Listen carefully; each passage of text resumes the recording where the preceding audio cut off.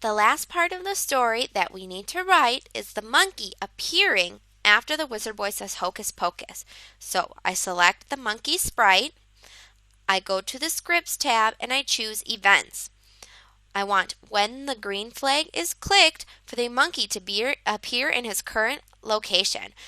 I see the monkey here, so I go to the upper right hand corner and I see that he's at the x coordinate 186 and the y coordinate minus 107.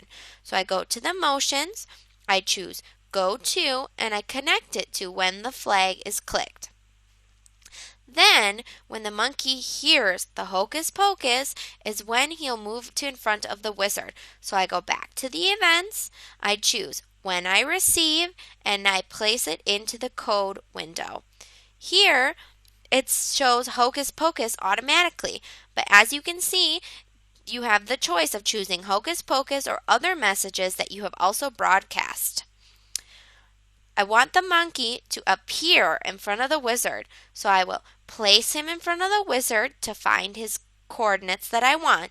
It shows him at x 92 and y 34. So I will select go to and I will connect it to when I receive. Now let's test to see if our story works. I click on the green flag and watch.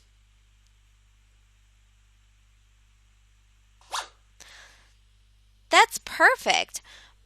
My monkey is now in front of the wizard and appeared just after he said hocus pocus. I want to save my progress. And my story is complete. What else would you want to do with a story? Can you make the wizard say anything else or the monkey move all about? Give it a try.